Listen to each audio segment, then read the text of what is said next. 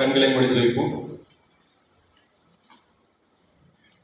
அன்பு மறக்கும் உள்ள தகப்பனே, அருமையான காலவேளைக்காக ஸ்தோத்தரிக்கிறோம், துதிக்கிறோம், நன்றி செலுத்துகிறோம்ப்பா. எங்கோ 2 பேர் 3 பேர் கூடி ஜபிக்கிறார்களோ அங்கேயே வந்து நான் வாசம் பண்ணுவேன் என்று சொன்னீங்களே, அதுக்காக ஸ்தோத்தரிக்கிறோம், நன்றி செலுத்துகிறோம். இன்றைக்கு கூட ஒரு 2 பேர் 3 பேராக ஒரு குழுவாக ஆண்டவரே, ஒரு சிறு கூட்டமாக ஆண்டவரே மத்தியில் நாங்கள் சமூகத்துல ஆண்டவரே இந்த வாரத்துல கூட ஆண்டவரை வந்து கடந்து செல்ல ஆண்டவரே இன்னைக்கு எத்தனையோ பேர் ஆண்டவரே வர முடியாம இருக்கிறாங்க. ஆனாலும் ஆண்டவரே எங்களை நீங்க தெரிந்து கொண்டதற்காக உங்களுக்கு ஸ்தோத்தரிக்கிறோம் ஆண்டவரே. ஆண்டவரே எங்கோ இருந்த எங்களை ஆண்டவரை அழைத்து கொண்டு வந்ததற்காக உங்களுக்கு ஸ்தோத்தரிக்கிறோம் ஆண்டவரே. இன்றைக்கு எங்களோடு நீ பேசுவதற்காக உங்களுக்கு ஸ்தோத்தரிக்கிறோம், நன்றி செலுத்துகிறோம் ஆண்டவரே. அடியனை மறந்து ஒவ்வொருவருடைய கதை நீ பேச முடியாது இருக்கிறோம். ஆவியானவர் தாமே ஒவ்வொருவருடைய நீ பேச முடியாது சொல்லிக்கிறாண்டவரே. ஒவ்வொரு தேவைகளை சந்திக்க முடியாது சொல்லிக்கிறோம் ஆண்டவர். ஒவ்வொரு தேவைகளோடையும் ஒவ்வொரு கவலைகளோடும் ஒவ்வொரு துக்கத்தோடையும் வந்திருக்கிறாங்க ஆண்டவரே. ஆண்டவர் ஒவ்வொருத்தரும் நீ தேவைகளை சந்திங்க, ஒவ்வொருத்தரோட நீ பேசும் ஆண்டவரே. இன்றைக்கு அவருடைய வாழ்க்கையில் ஒரு புது மாற்றத்தையும் ஒரு மறுரூபத்தையும் கத்தனை கட்டளையிட முடியாது சொல்லிக்கிறோம் ஆண்டவரே. அன்று இந்த வாலிப ஞாயிறுக்கும் ஆண்டவரே ஒவ்வொருவரையும் கத்தனை தொடுமுடியாது சொல்லிக்கிறோம். ஒவ்வொரு வாலிபர் பிள்ளைகளையும் ஆசீர்வதியும், வந்திருக்க ஒவ்வொரு பிள்ளைகளையும் ஆசீர்வதியும், ஒவ்வொரு ஆண்களையும் ஒவ்வொரு பெண்களையும் ஆண்டவரே வந்திருக்க ஒவ்வொருவரையும் ஆசீர்வதிக்க முடியாது சொல்லிக்கிறோம் ஆண்டவரே. கத்தாவே நீ அவர்கள் ஆராய்ந்து அறிந்திருக்கிறேன் என்று சொன்னீங்களேப்பா. ஒவ்வொருத்தரோட சிந்தனையும் ஒவ்வொருவரையும் ஆராய்ந்து அறிந்திருக்கிற தேவன் ஆண்டவரே. இன்றைக்கு நீங்க அவர்கள் வேண்டிக் கொண்ட எல்லா காரியங்களையும் கத்தனை ஆசீர்வதிக்க முடியாது சொல்லிக்கிறேன் ஆண்டவர். வெறுமையாக வந்தவர்கள் ஆண்டவரே நீங்க வெறுமையாக செல்லாதபடி ஆண்டவரே இரட்டத்தனையாக ஆசீர்வதிக்க முடியாது சொல்லிக்கிறோம். இந்த ஒவ்வொருவரையும் ஆசீர்வாதங்கள் பெற்றுக்கொண்டு இன்றைக்கு வார்த்தைகள் ஒரு மறுரூபத்தை கத்தனை கட்டளையிட முடியாது சொல்லிக்கிறேன். கத்தத்தாமே ஒவ்வொருவரோடு பேசும் அடியனை மட்டும் வெளிப்படும் கத்தத்தாமே நடத்த முடியாது சொல்லிக்கிறோம். எல்லா துதிக்கான மகிழ்ச்சியை செலுத்துகிறோம். இப்ப இயேசுவின் நாமத்தில் ஜெபிக்கிறோம் பிதாவே.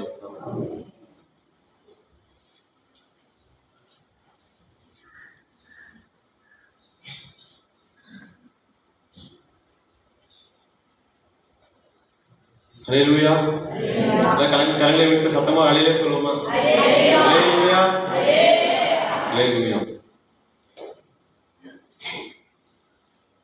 யோவான் 1ஆம் அதிகாரம் 12ஆம் வசனம் வாசகம் எடுத்தவர்கள் வாசகம்.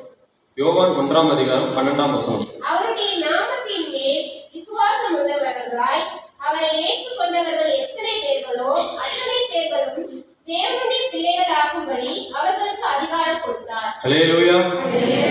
அவருடைய நாமத்தின் மேல் விசுவாசம் உள்ளவர்களாய் அவரை ஏற்றுக்கொண்டவர்கள் எத்தனை பேர்களோ அத்தனை பேர்களும் தேவனுடைய பிள்ளைகளாகும்படி அவர்களுக்கு அதிகாரம் கொடுத்தார். நம்ம எல்லாருமே அவருடைய பிள்ளைகள் தான். நம்ம வாலிபர்கள் வாலிபர் மட்டும் தான் செய்திங்கள. நம்ம அவர் ஏற்றுக்கொண்ட எல்லாருக்கும் அவருடைய பிள்ளைகள் தான். கத்த சொல்லுகிறார், நான் உங்களுடைய பாவங்களை ஒப்பு கொடுத்து என்னை ஏற்றுக்கொள்ளுகிறவன் என்னுடைய பிள்ளைகளால் ஆகிறான் என்று வேதம் சொல்லுகிறது. தன்னைத்தானே வெறுத்து என் சிலுவை எடுத்துக்கொண்டு என்னை பின்பற்ற கடவன் அப்படின்னு வேதம் சொல்லுகிறது. பாருங்க, அவருடைய நாமத்தின் மேல் விசுவாசம் உள்ளவர்களாய் அவர் ஏற்றுக்கொண்ட அத்தனை பேரும் அவருடைய பிள்ளைகள் தான். அதனால கத்த ஒவ்வொருவரோடும் இந்த நாள் பேச போகிறார். இன்றைய கத்த நம்மளுக்கு இந்த வாலிபர் நேரத்துல கத்த இந்த வாலிபர்கள் இயேசுவோடு நடப்பது எப்படி அப்படின்ற செய்திதான் இன்னைக்கு நம்மளுக்கு. சங்கீதம் 119:9 எடுத்து வாசகம்.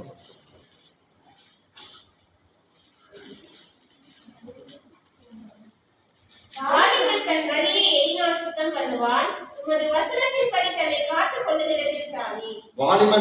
இதனால் சுத்தம் பண்ணுவான், உமது வசனத்தின்படி தன்னை காத்து கொள்ளுகிறது தானே.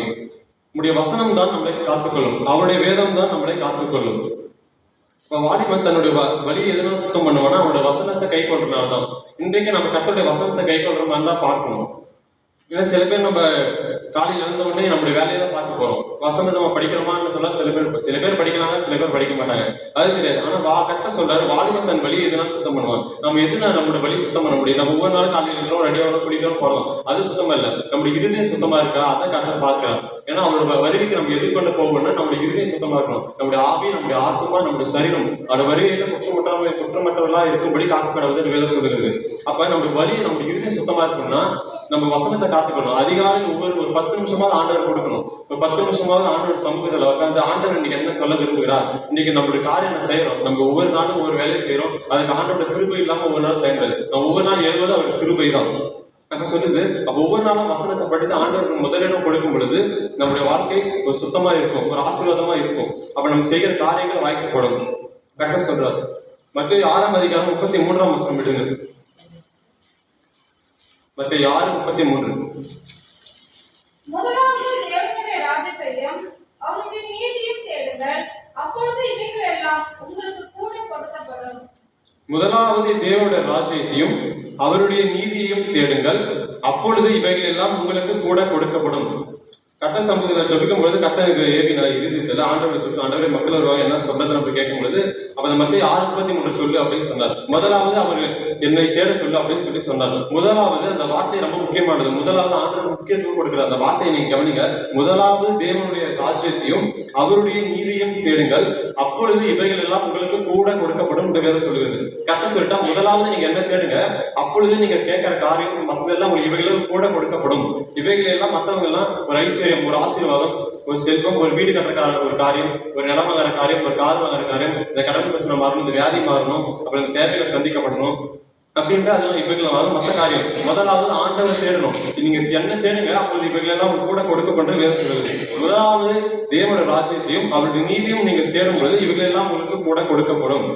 கரெக்டா சொல்றாரு. முதலாவது நீங்க என்ன தேடுங்க, என்னோட ராஜ்யத்தை தேடுங்க, என்னோட ராஜ்யத்தை குறித்து காரியங்களை தேடுங்க, என்னோட நீதியை குறித்து காரியங்களை தேடுங்க அப்படின்ற வேதம் சொல்லுது. அவரோட நீதியை தேடணுமோ, அவருடைய காரிய ராஜ்யத்தை தேடணுமோ. இன்றைக்கு அவரோட ராஜ்யத்தை நம்ம சபைக்கு வந்து பெரிய அதிசயமா இருக்கு. ஒரு வார்த்தை சொன்னால் கிறிஸ்துமஸ்க்கு சில பேர் பார்த்தா கிறிஸ்துமஸ் கூட தான் வருவாங்க, அது அவங்களோட இது.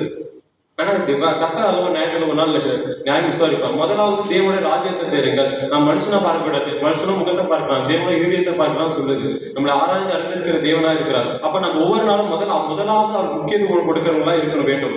அதிகாலையில் எழுந்தணும், முதலாவது அவரோட சமூகத்துக்கு போகணும். 10 நிமிஷமாவது அந்த 10 நிமிஷம் ஆண்டோட சமூகத்தை நம்ம ஒப்பு கொடுக்கும் பொழுது அந்த நாள் முழுக்க கர்த்தருடைய பிரசன்னம் நம்ம பாதுகாப்பதை நம்ம உணர முடியும், அந்த வழிநடத்தல உணர முடியும். முதலாவது தேவனுடைய ராஜ்யத்தையும் அவருடைய நீதியும் தேடுங்க, அப்பொழுது எல்லாம் கூட கொடுக்கப்படும். இந்த நாள்ல நம்ம பல காரியத்தை குறித்து கவலைப்படுகிறோம். இந்த தேவை வேணும், இந்த தேவைகள் சந்திக்கப்படுமா அப்படின்னு தான் நம்ம கவலைப்பட்டு இருக்கிறோம். ஆனா கரெக்டா சொல்றோம், முதல்ல நீ என்ன தேடு, அப்புறம் நீ கேட்கறது எல்லாமே நான் கொடுக்குறேன் அப்படின்றாங்க. ஆனா நாம என்ன பண்றோம், ஆண்டவர் தேட மாட்டோம். இது மனுஷங்களை நோக்கி தான் போவோம். அவங்க இந்த மாதிரி சொல்லியிருக்காங்க, தருவாங்க, இந்த மாதிரி தேவை இருக்கு, அவங்க பார்த்துப்பாங்க, அவங்க நம்பி இருக்கிறேன், இல்ல போன டைம் நம்பினா நடந்துச்சு, இந்த வாட்டி நம்புறேன் அது நடக்கும் அப்படின்னு சொல்லி நம்ம மனுஷங்க மேலதான் நம்பிக்கை வைக்கிறோம். நம்ம நம்பிக்கை. ஆனா சில பேர் பார்த்தா நம்ம கர்த்தர் மேலேயே நம்பிக்கை இருக்கும், மனுஷன் மேலேயே நம்பி இருக்கோம். அப்படி இருக்கக்கூடாது. ஒரு நம்பிக்கை தான். சில பேர் மனுஷன் நம்பி போவாங்க, ஒரு நேரத்தில் கைவிட்டு போயிடுவாங்க. அந்த நேரத்தில் ஆண்டவரே வந்து நிக்க கூடாது. அப்படிதான் சில பேர் நம்ம தப்பு பண்றோம். முதலாவது ஆண்டவருக்கு நம்பிக்கை கொடுக்கணும். அவர் செஞ்சாலும் சரி செய்யலாலும் சரி அப்படின்னு சொல்லி அவங்க நம்பிக்கை வைக்கிறவங்க தான் பாக்கியவான். கர்த்தரை நம்புகிறவங்களோ பாக்கியவான் வேதம் சொல்லுகிறது. கர்த்தரை நம்புகிறவங்க உயர்ந்த அடைக்கலத்தில் வைக்கப்படுவான். கர்த்தரை நம்புகிறவங்க செழிப்பான் வேதம் சொல்லுகிறது. கர்த்தரை நம்புகிறவங்க ஒருபோது வெட்கப்பட்டு போகுது என்று வேதம் சொல்லுகிறது. அப்ப நம்ம அவருக்கு முக்கியத்துவம் கொடுக்கும் பொழுது கர்த்தர் நம்ம ஆசீர்வதிப்பார். மத்தேயு 4:23 வாசிங்க. மத்தேயு 4:23. நாசரேத்து என்னும் ஊரிலே வந்து வாசம் பண்ணினான். நசரேயன் என்னப்படுவார் என்று தீர்க்கதரிசிகளால் உரைக்கப்பட்டது. மத்தேயு 4:23. பின்பு இயேசு கலிலேயா எங்கும் சுற்றி நடந்து அவர்களுடைய ஜெப ஆலயங்களில் உபதேசித்து ராஜ்யத்தின் சுவிசேஷத்தை பிரசங்கித்து ஜனங்களுக்கு உண்டாயிருந்த சகல வியாதிகளையும் சகல நோய்களையும் நீக்கி சொஸ்தமாக்கினார். பின்பு இயேசு கலிலேயா எங்கும் சுற்றி நடந்து அவர்களுடைய ஜெப ஆலயங்களில் உபதேசித்து ராஜ்யத்தின் சுவிசேஷத்தை பிரசங்கித்து ஜனங்களுக்கு உண்டாயிருந்த சகல நோய்களையும் நீக்கி சொஸ்தமாக்கினார். பாருங்க, ஆண்டவர் வந்து சுவிசேஷத்தை பிரசங்கிக்கிறார். அவர் ராஜ்யம் அவர் 33 வருஷம் இயேசு வந்து பூமியில வாழ்ந்தார். 33 வருஷம் வாழ்ந்தார். அப்ப பாருங்க, அவர் ஞானஸ்தானம் பெற்ற பொண்ணுங்க எங்கும் சுற்றி திறந்தவராக இருக்கிறார். அதாவது மக்களுக்கு அற்புதம் செய்கிறது, நன்மை செய்யுது. அவர் ராஜ்யத்தை குறித்த காரியமே அவர் இருக்கிறது, எந்த சிந்தனை இல்லை. அவர் கரெக்டா வாலிப வயசுல வந்து அறிவுள்ளவராக ஞானம் உள்ளவராக நடந்தார். இயேசு கரெக்டா வாலிபர் வயசுல வந்து கர்த்தரை குடும்பத்தை கீழ்ப்படிந்து நடந்தார். தச்சை வேலையை செய்து கொண்டிருந்தார் இயேசப்பா. அப்ப வந்து பாருங்க, கரெக்டா வேலை வந்தவொடனே பிதாவோட ஞானஸ்தான வேலை வந்தவொடனே அவர் ஞானஸ்தானம் பெற்று பரிசுத்த ஆவியானவரால் கலிலேயில பிறக்கிற நதியோரத்துல ஞானஸ்தானம் பெற்று அவருடைய வேலை வந்த உடனே வனாந்திரத்துல கத்த பைபிள் வாசிச்சு பார்த்தா தெரியும், ஆவியானவர் வனாந்திரத்தை இயேசுவால் நடத்தி கொண்டு போனார் அப்படின்னு. அப்ப கரெக்டா வேலை வந்த உடனே அவருடைய வேலையை பார்க்க ஆரம்பிச்சாரு. இன்றைக்கு நம்ம இயேசுவை மறந்து நாம ஏதோ ஒரு காரியத்தை நோக்கி ஓடுறோம். ஆண்டவர் பாப்பாரியா யாராச்சும் 10 நிமிஷம் ஒரு நாளைக்கு நம்ம கூட பேச மாட்டாங்களான்னு ஆண்டவர் நம்ம பார்த்து கொண்டு இருக்கிறார். அப்ப பாருங்க, ராஜ்யத்தின் சுவிசேஷத்தை பிரசங்கத்துக்கு ஜனங்களுக்கு உண்டாயிருந்த சகல நோய்களையும் நீக்கி சுத்தமாக்கிறார். ஆண்டவர் ராஜ்யத்தை குறித்து காரியங்களை தேடிக்கொண்டிருக்கிறார். இன்றைக்கு நம்ம எந்த காரியத்தை நோக்கி தேடிக்கொண்டிருக்கிறோம் என்று நம்ம யோசிக்க வேண்டும். கட்டம் கொடுக்குறேன். இன்னைக்கு நீங்க யோசிச்சு பாருங்க, நம்ம எந்த காரியத்தை குறித்து நம்ம ஓடிக்கொண்டிருக்கிறோம். ஒவ்வொரு நாளும் ஆண்டவர் இன்னைக்கு நம்ம எத்தனை பேர்லாம் காலையில இருந்து ஜெபம் பண்ணேன்னு சொன்னா கை தூக்கி பார்க்கணும். ஒரு 10 நிமிஷமாவது ஆண்டவர் ஒப்பு கொடுத்தேன், ஒரு 10 நிமிஷம் ஜெபம் பண்ண சில பேர் கை கொடுக்கல, சரி ஓகே. இன்றைக்கு வந்து நீங்க ஒப்பு கொடுங்க. 10 நிமிஷமா ஆண்டவர் நீங்க ஒப்பு கொடுத்து அந்த வாக்கியம் துவங்கும் பொழுது அந்த காரியங்கள் எல்லாமே ஆசீர்வாதமா இருக்கிறது நம்ம பார்க்க முடியும். அல்லேலூயா, அல்லேலூயா. கர்த்தர் நல்லவர் என்றும். நீதிமொழிகள் 12:28 வாசகம். நீதிமொழிகள் 12:28. நீதியின் பாதையில் ஜீவன் உண்டு, அந்த பாதையில் மரணம் இல்லை. நீதியின் பாதையில் ஜீவன் உண்டு, அந்த பாதையில் மரணம் இல்லை. அவர் தேடுகிறவர்கள் ஒருபோதும் மரணம் இல்லை. கர்த்தர் சொல்றார், நீதியின் பாதையில் ஜீவன் உண்டு, அந்த பாதையில் மரணம் இல்லை. அவர் தேடுகிற ஒவ்வொருவருக்கும் ஜீவன் உண்டு.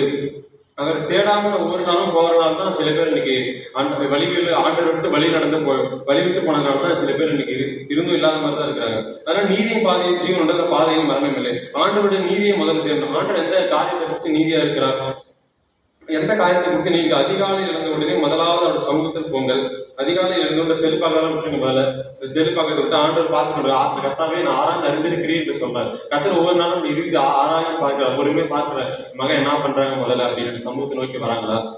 ஒவ்வொரு நாளும் ஒவ்வொருத்தரும் பேசும்போது ஆண்டவர் பார்ப்பார். முதலாவது சமூகத்தை வரலாம், அவங்க என்ன பேசுறான் ஆண்டவர் கவனிப்பார். ஆண்டவர் சமூகம் 2 புத்தகம் இருக்கும். இந்த ஜீவ புஸ்தகம், இன்னொன்னு ஞாபக புஸ்தகம். நம்ம செய்யற ஒவ்வொரு ஆக்டிவிட்டி ஒவ்வொரு காரியம் எல்லாமே ஆண்டவர் நோட் பண்ணி இருப்பார். தேவத்தை கட்ட நோட் பண்ணி இருப்பார். கெட்ட வார்த்தை பேசினாலும் நோட் பண்ணுவார். ஏதாவது செல்லு தேவையில்லாத காரியங்களை பார்த்தாலும் நோட் பண்ணி இருக்கிறார். இந்த வார்த்தை பேசினாலும் ஏதாவது ஆண்டவர் பிரிக்க எந்த காரியத்தை பண்ணா நோட் பண்ணி இருப்பார். ஆண்டவர் தான் நியாயம் இருக்கும். அப்ப கர்த்தர் பார்த்தாலும் அந்த பயம் வேணும். ஒவ்வொரு வாலிபர்களுக்கும் சரி, ஒவ்வொரு ஆண்களுக்கும் பெண்களுக்கும், ஒரு வயதான ஒவ்வொருக்கும் ஆண்டவர் பார்த்தா அந்த பயம் வேணும். சும்மா ஃபர்ஸ்ட் வாயத்துன்னு பேச நாவே கர்த்தர் சமூகத்தில் ஒப்பு கொடுக்கும். ஒவ்வொரு நாள் இந்த வாயில இருந்து ஸ்தோத்திரம் தான் பண்ணுவீங்க தவிர ஆண்டவர் துதிக்கிறமே தவிர தேவையில்லாத வார்த்தை எந்த பேசக்கூடாது. சில பேர் பேசுறாங்கன்னா பேசுன்னு போட்டோம்.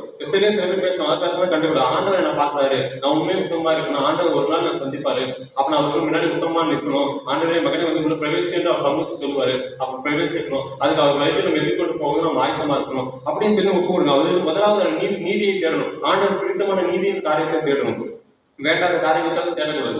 அப்ப கர்த்தர் சொல்ற நீதியின் பாதையில் ஜீவன் உண்டு, அந்த பாதையில் மரணம். அவருடைய நீதியை தேடும் போது தான் அந்த நீதியை நம்ம நிற்க முடியும். நீதியை தேடாத பொழுது இந்த பூமியில தான், இந்த மரணத்தின் பூமியில தான் இருக்கிறோம். பூமி அழித்து ஒரு நாள் வரும். அப்ப ஆண்டோட சமூகத்தை நம்ம நிற்கணும்னா ஆண்டோட முதலாவது நீதியை தேடுங்கள். எரேமியா 51:10 சொல்லுகிறது, கர்த்தர் நம்முடைய நீதியை வெளிப்படுத்தினால் நம்முடைய தேவனாகிய கர்த்தரின் செயலை சீயோனிலே விவரிப்போம் வாருங்கள். கர்த்தர் நீதியை வெளிப்படுத்துகிற தேவன். ஒவ்வொரு நாளும் அவர் கர்த்தர் நம்முடைய நீதியை வெளிப்படுத்தினா நம்முடைய தேவனாகிய கர்த்தரின் செயலை சீயோனிலே விவரிப்போம் வாருங்கள். கர்த்தர் நீதியை வெளிப்படுத்துகிற தேவன். ஒவ்வொரு நாளும் நம்ம நீதியை வெளிப்படுத்துகிற தேவனா இருக்கும். யோசேப்புடைய வாழ்க்கையில பாருங்க. யோசேப்புன்ற நீங்க பைபிள் வாட்ச பார்த்தா யோசேப்புன்னு ஒருத்தர் ஒரு வாலிபன் இருப்பான். அவனுடைய கர்த்தர் அவனை கொண்டு பெரிய காரியங்களை அவனை கொடுத்து ஒரு பெரிய திட்டத்தை யோசேப்பு மேல கர்த்தர் வைத்திருந்தார். யோசேப்பு ஆபிரகாமுடைய பிள்ளை யோசேப்பு.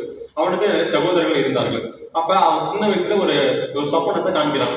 எப்படின்னா அவன் சகோதரர்கள் எல்லாம் அவனை வணங்குற மாதிரி ஒரு சொப்பனத்தை காண்கிறான். சகோதரர்களுக்கு முன்பாக அவனை உயர்த்தி வைக்கிற மாதிரி ஒரு சொப்பனத்தை காண்கிறான். அப்ப அது வந்து அவனுக்கு ஒரு சந்தோஷமா இருக்கு. சின்ன வயசுல ஆண்டவருக்கு இந்த மாதிரி சொப்பனத்தெல்லாம் காண்பிக்கிறாரு, என்ன குடும்பத்தில் உயர்த்தி வைக்க போறாரு அப்படின்னு சொல்றான். சகோதரர் அவன் சின்ன வயசுல சந்தோஷமா போய் சொல்லிடுறான். அது சகோதரனுக்கு பிடிக்கல. அவன் கூட இந்த அண்ணன் பிடிக்கல. யோசேப்பு என்னை விட பெரிய ஆளாக பண்றவன் அப்படின்றது அவனுக்கு பிடிக்கல. அப்ப கர்த்தர் அவன் சொல்லிட்டு அப்ப அவனுக்கு பிடிக்கலாம், சகோதரர்கள்லாம் பிடிக்கல. அப்ப சகோதரர்கள் யோசனை பண்றாங்க, அழிச்சு போட்டணும், இவனை கொண்டு வரணும் அப்படின்னு சொல்லிடுறான். அப்ப அவனோட வாழ்க்கையில பலவித சூழ்நிலையெல்லாம் கடந்து போறான். கடைசியில எகிப்து தேசத்துக்கு அடிமையா கொண்டு போகிறான். பாருங்க, ஆண்டவருக்கு அவன் மேல ஒரு திட்டத்தை வச்சிருக்கிறாரு, ஆசீர்வதிப்பேன்னு ஒரு திட்டத்தை வச்சுக்கிறாரு. ஆனா அவன் எப்படி நடத்துறாரு? ஆண்டவர் உங்களை உருவாக்கணும், உங்களை ஆசீர்வதிக்கலாம். சில நேரத்தில் உடைப்பாரு, சில நேரத்தில் கஷ்டப்படுத்துவாரு. சில பேர் மனுஷங்களை கொண்டு கஷ்டப்படுத்தினாலும் சோர்ந்து போகக்கூடாது. சில பாதைகள் இருக்கும், அதெல்லாம் தாண்டி தான் நம்ம போனோம். ஒவ்வொரு வாழ்க்கையிலும் ஒரு நாள் ஒரு பாதைகள் தான் இருக்கும். எனக்கு சில பேர் கிறிஸ்தவர்கள் தான் நான் வேலை செய்யறது, நிறைய பேர் கிறிஸ்தவர்கள் தான் இருப்பாங்க. ஆனா சில பேர் பார்த்தா அவங்க கிறிஸ்தவங்களால அடைய தெரியாது. ஆனா சில பேர் பார்த்தா எனக்கு விரோதமாக எழுப்புவாங்க. எனக்கு விரோதமாக எழுப்பெல்லாம் அந்த இடத்துல இல்லவே இல்லை, நிறைய பேர் போயிட்டாங்க. அப்ப சில நேரத்தில் ஆண்டவர் சொல்லுவாங்க, என்ன நிறைய வார்த்தை அப்படின்னு சொல்லுவேன். கர்த்தர் சில நேரத்தில் எனக்கு ஒரு வார்த்தை சொல்லுவேன். ஏசாயா 42:14 சொன்னார், குருடரை அவர்கள் அறியாத வழியில நடத்தி அவர்களுக்கு தெரியாத பாதைகளை அவர்கள் அழைத்து கொண்டு வந்து அவர்களுக்கு முன்பாக இருளை வெளிச்சம் சோனையில் சபையுமாக்குவேன். இந்த காரியங்களை நான் அவர்கள் செய்து அவர்கள் கைவிடாது இருப்பேன் வாக்கு கொடுத்தார். அப்ப ஆண்டவர் நடத்தின விதத்தெல்லாம் பார்த்தா ஆண்டவர் இதுவரை நம்ம காலேஜ் படிச்சதெல்லாம் நான் விருப்பப்பட்டு படிக்கல. அது வந்து நானே தேர்ந்தெடுக்கிறேன். இந்த காலத்துல இந்த கோர்ஸ் தான் வேண்டியது விருப்பப்படலை. ஆண்டவரே நடத்தி கொண்டு வந்தார். ஆண்டவரே ஒரு வேலையை வைத்தார். அந்த நேரத்துல அந்த இடத்துல ஆண்டோட வார்த்தை நிறைய பேர் சொல்ல முடிஞ்சது. அப்ப சில டைம் ஒவ்வொரு இடமா நான் மாத்துவாங்க. அப்ப ஆண்டோட வார்த்தை கரெக்டா எப்படி படிக்க கிறிஸ்தவனா கேட்டா இப்போ சாமியார் பேர் அப்போ கிறிஸ்தவனான்றது அப்பதான் எனக்கு தெரியும் கிறிஸ்தவனா அப்படின்னு சொல்லுவாங்க. அப்ப சொல்லுவாங்க, அப்ப இயேசுவை பத்தி சொல்ல அப்படின்னு கேட்பாங்க. சரி நானும் அப்ப இயேசுவை பத்தி சொல்லுவேன். இப்படிதான் இருக்கு. நிறைய கிறிஸ்தவங்களாம் பார்த்துட்டு அவங்க இந்த மாதிரி சொன்னதே இல்லையே, இயேசு வருவாரு போவாரு, அவங்க சும்மா நாளை தச்சு போவாங்க வருவாங்க, அப்படி இயேசு பத்தி யாரும் சொன்னது இல்லையே. சில பேர் நோட்டீஸ்ல எங்க ஊருக்கு கொடுக்க வருவாங்க. அப்படி சொன்னா அப்ப சொல்லுவாங்க, சரி நோட்டீஸ்ல என்ன சொல்லுவாங்களா, அப்ப கேட்பேன் நோட்டீஸ் என்ன கொடுத்துருப்பாங்க, அதுதான் தெரியாது, ஆனா மதம் மாத்த வராங்க அப்படின்னு சொல்லுவாங்க. நோட்டீஸ் நீங்க வாங்கி படிச்சு பார்த்தீங்களா அப்படின்னு கேட்டேன். இல்லையே படிக்கலையே. ஆனா அவங்களை பொறுத்த வரைக்கும் அவங்க சிந்தை என்னன்னா, இந்த மாதிரி கிறிஸ்தவம் எல்லாம் வருவாங்க, நிறைய பேர் நிறைய கிறிஸ்தவம் எல்லாம் ஒரு ஊரா வருவாங்க, நோட்டீஸ் கொடுப்பாங்க, ஆனா மதம் மாத்துறாங்க அப்படின்னு நினைச்சிருப்பாங்க. அது தவறான காரியம். ஆனா அவங்க படிச்சிருக்க மாட்டாங்க. ஆனா வாங்கி அவங்களுக்கு சிந்தை அப்படி இருக்கு. ஆனா நம்ம அது மாதிரி போகப்படாது. அந்த மாதிரி பாடுகள் மத்தியில தான் ஆண்டவர் நடத்துவார். அப்புறமா இயேசு பத்தி நான் சொல்லுவேன். அப்புறம் அவங்களுக்கு இப்படிதான் இருக்கா, ஏற்று சில நாட்களுக்கு இயேசு பத்தி ஒருத்தர் சொன்னேன், அவங்களும் அப்படியா இருக்கா அப்படின்னு சொன்னாங்க. ஆண்டவர் சுவிசேஷத்தை அறிவு கிருபை கொடுக்குறாரு. அந்த இடத்துல ஒரு இடத்துல நான் 1 வருஷம் வேலை செஞ்சு அடுத்த வருஷம் நாட்கள் மாத்தினாங்க. ஆனா எனக்கு எப்படி ஒரு மாதிரி கஷ்டமா தான் இருந்துச்சு. அப்ப கொஞ்ச நாள் 2 மணி நேரம் முன்னாடி தான் சுவிசேஷத்தை அறிவிக்கும் போது கத்தர் இந்த மாதிரி பாதையில தான் நடத்துறாரு. ஒரு சுவிசேஷத்தை அறிவிக்கிட்டு அந்த வார்த்தையை சொல்ல அனுப்பியிருக்கிறாரு. அப்ப நான் சந்தோஷப்பட்டேன். ஆண்டவர் சோதனை சொன்னேன், ஒருத்தருக்கு இயேசு பத்தி சொல்லியாச்சு அப்படின்னு. ஆனா ஆண்டவர் பார்த்தா உடல் சொல்றாரு அப்படின்னு. அந்த மாதிரி ஆண்டவர் நடத்துற வித வித்தியாசம். அப்ப யோசேப்போட வாழ்க்கையில எகிப்து தேசத்துக்கு அடிமையாக கொண்டு போகப்பட்டாங்க. அப்ப அடிமையை கொண்டு போகப்பட்ட பொழுது ஆண்டவரோட அவனுக்கு வந்து ஒவ்வொரு காரியங்களும் கூட இருக்கிறது அவங்க வாய்ப்பு பண்ணினார். பாருங்க, ஆதியாகமம் 39 1, 2, 3 வாசங்கள். பின்பு எகிப்துக்கு கொண்டு போகப்பட்ட பார்வோனுடைய பிரதானியும் தலையாரிகளுக்கு அதிபதியுமாகிய போத்திபார் என்னும் எகிப்து தேசத்தான் அவனை அவ்விடத்திற்கு கொண்டு வந்து இஸ்மவேலரிடத்தில் விலைக்கு வாங்கினான்.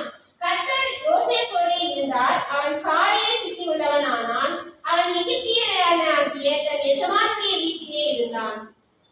கர்த்தர் சொல்லுகிறார், கர்த்தர் யோசேப்போடு இருந்தார், அவன் காரிய சித்தி உள்ளவனானான். கர்த்தர் அவனோடு இருக்கிறார் என்றும் அவன் செய்கிற யாவையும் கர்த்தர் ஆசீர்வதிக்கிறார் என்றும் கர்த்தர் வாய்ப்பு பண்ணுகிறார் என்றும் சொல்லியிருக்கிறது. பாருங்க, கர்த்தர் ஒரு திட்டத்தை யோசேப்பை காண்பிக்கிறான். ஆனா யோசேப்பு வந்து அடிமையா எகிப்து தேசத்துக்கு கொண்டு போகப்படுகிறான். அங்க விற்கப்பட்டான். ஒரு எஜமானோட வீட்டுல அடிமையா வேலை செய்யறான். அடிமையா வேலை செஞ்சா கூட, ஒரு வேலைக்கான வேலை செஞ்சா கூட சம்பளம். ஆனா அடிமையா வேலை செய்யறான். ஆனா முறுமுறுக்கல. ஆனா கர்த்தர் பரவாயில்ல, சித்தம் வச்சிருக்கிறாரு, எனக்கு ஏற்ற வேலையை நடத்துவாருன்னு சொல்லி ஒரு அப்பொறுமையா இருக்கிறான். அப்ப பாருங்க, ஒரு நிச்சயமான ஒரு காரியம் கூட அவங்க யோசிப்பு வருது. ஆனாலும் கர்த்தர் பார்க்கலான்னு இச்சைக்கு விலகி ஓடுறான். ஒரு தவறான காரியத்தை விலகி ஓடுகிறான். ஆனா அது வந்து அவனுக்கு ஒரு மாறாதான் நடக்குது. அவனுக்கு மறுபடியும் சிறையை தூக்கப்பட எகிப்து சொந்த குடும்பத்துல அவன் சந்தோஷமா இருந்தான். எகிப்து தேசத்தை கொண்டு போகப்பட்டான். அங்கிருந்து ஒரு தவறான பொய் சாப்பிட்டதன் மூலமா அவன் ஜெயிலுக்கு கொண்டு போகப்பட்டாங்க. ஜெயிலுக்கும் போறான். ஆனா அவன் ஜெயில இருக்கிற தலைவர்லாம் அவன் கூட ஏதோ இருக்குது அப்படின்னு சொல்லி உணர்றான். கர்த்தர் அந்த நேரத்துல அவனோட இருக்கிறார். எகிப்து தேசத்தை அடிமையா கொண்டு போனாலும் கர்த்தர் அவன் கூட இருக்கிறான். செய்கிற எல்லா காரியத்தையும் வாய்ப்பு பண்ணுகிறார். அதனால அவன் மேல அந்த அளவுக்கு பிரச்சனை இல்லை. ஆனா மறுபடியும் ஜெயிலுக்கு குற்றச்சாட்டு கூட மறுபடியும் ஜெயிலுக்கு மாறான். அந்த நேரத்துக்கு இயேசுவை கூட கர்த்தர் இருக்கிறார் அப்படின்னு பாருங்க வேதம் சொல்லுகிறது. ஜெயிலுக்கு போகப்பட்டான். அந்த நேரத்திலையும் இயேசுவை கூட கர்த்தர் இருந்ததுனால அந்த ஜெயிலு தான் மறுபடியும் அதே எகிப்து தேசம் ராஜாவை கொண்டு போகப்பட்டார். அல்லேலூயா. பாருங்க, எகிப்து தேசம் அடிமையா கொண்டு பட்டப்பட்டாலும் ஜெயில ஒரு தவறான ஒரு குற்றம் சாட்டப்பட்டாலும் கர்த்தர் அவனோடு இருக்கிறார். இதனால அவன் கர்த்தரை சார்ந்து இருக்கிறான். கர்த்தரை சார்ந்து இருக்கிறவங்க கர்த்தர் ஒரு நாள் வெட்கப்பட்டு போவதில்லை. என்னை தேடுகிறவங்க நான் கைவிடுகிறது வேதம் சொல்லுகிறது. அப்ப பாருங்க, எகிப்துக்கு அடிமையை கொண்டு போகப்பட்டாலும் கர்த்தர் அவனோடு இருக்கிறார். அவன் காரியங்களை வாய்க்க பண்ணுகிறார். கர்த்தர் அவனோடு இருந்ததுனால அவன் காரியம் வாய்க்கப்படுகிறது. அப்ப அவன் யோசேப்பு வந்து கர்த்தரே சிறு வயது முதல் அவன் இதுவரை கர்த்தரே சார்ந்து இருக்கிறதுனால கர்த்தரை ஆசீர்வதிக்கிறார். இன்றைக்கு நாம அதே மாதிரி யோசேப்பு போல நம்ம கர்த்தரை சார்ந்திருக்கும் பொழுது சில பாடுகள் மத்தியில தான் கர்த்தர் நடத்துவார். சில டைம் ஆசீர்வாதங்களை கொடுக்க மாட்டார். சில டைம் ஆசீர்வாதம் கர்த்தர் யோகோ போல நம்ம வந்து சில டைம் ஆசீர்வாதத்தை வாங்கக்கூடாது. ஆசீர்வாதம் வாங்கலாம். சில டைம் யோகா ஆண்டவர் சோதிச்சு பார்ப்பாரு. ஆசீர்வாதத்தை எல்லாம் எடுத்துருவோம். விசுவாசம் மூலியமா பர்மிஷன் கேட்டு வந்து ஆசீர்வாதம் எல்லாம் எடுத்துருவாரு. சாத்தான் எடுத்துருவோம். கரெக்டா தனியா இந்த ஆசீர்வாதம் எல்லாம் எடுத்துருவோம். பாருங்க, அப்ப அந்த நேரத்துல யோக இது பண்ணல, கோவப்படல. கர்த்தர் கொடுத்தா கர்த்தர் எடுத்தாரு சந்தோஷமா இருந்துட்டான். அப்ப நாமளும் அதே மாதிரி தான். சில டைம் கர்த்தர் கொடுப்பாரு, சில டைம் எடுப்பாரு. அது ஒரு சுத்தம். ஆனா சுத்தத்தை அறிந்து நம்ம வந்து ஒப்பு கொடுக்கும் பொழுது கர்த்தர் தாமே அந்த காரியங்களை வாய்ப்பு பண்ணுவார். இப்ப இது போலதான் நாம இந்த மத்திய 6:25 சொல்லுகிறது. ஆகையால் எண்ணத்தை உண்போம் எண்ணத்தை குடிப்போம் என்று உங்கள் ஜீவனுக்காகவும் எண்ணத்தை உடுப்போம் என்று உங்கள் சரீரத்துக்காகவும் கவலைப்படாதீர்கள் என்று உங்களுக்கு சொல்லுகிறேன். இன்றைக்கு எண்ணத்தை குடிப்போம், எண்ணத்தை சாப்பாடு செய்வோம், என்ன பண்ண போறோம், எந்த வேலைக்கு போறோம், எல்லாமே உலக காரியம். அவங்களோட சிந்தையை நம்ம யோசிக்கல. அவரோட ராஜ்யத்தை தேடுங்க. அவங்க முதலாவது என்ன தேடுங்க. அவங்களுக்கு எல்லாமே உலக போட்டு சொல்லிட்டாரு. அப்ப நம்ம அது தவிரதான் எல்லாத்தையும் தேடிக்க போறோம். இன்னைக்கு நம்மளுடைய வாழ்க்கையில ஆண்டவருக்கு முதலிடம் கொடுக்கும் பொழுது நம்மளுடைய எல்லா மற்ற காரியங்கள் எல்லாம் கர்த்தர் வாய்ப்பு பண்ணுகிறது நம்மளுடைய வாழ்க்கையில பார்க்க முடியும்.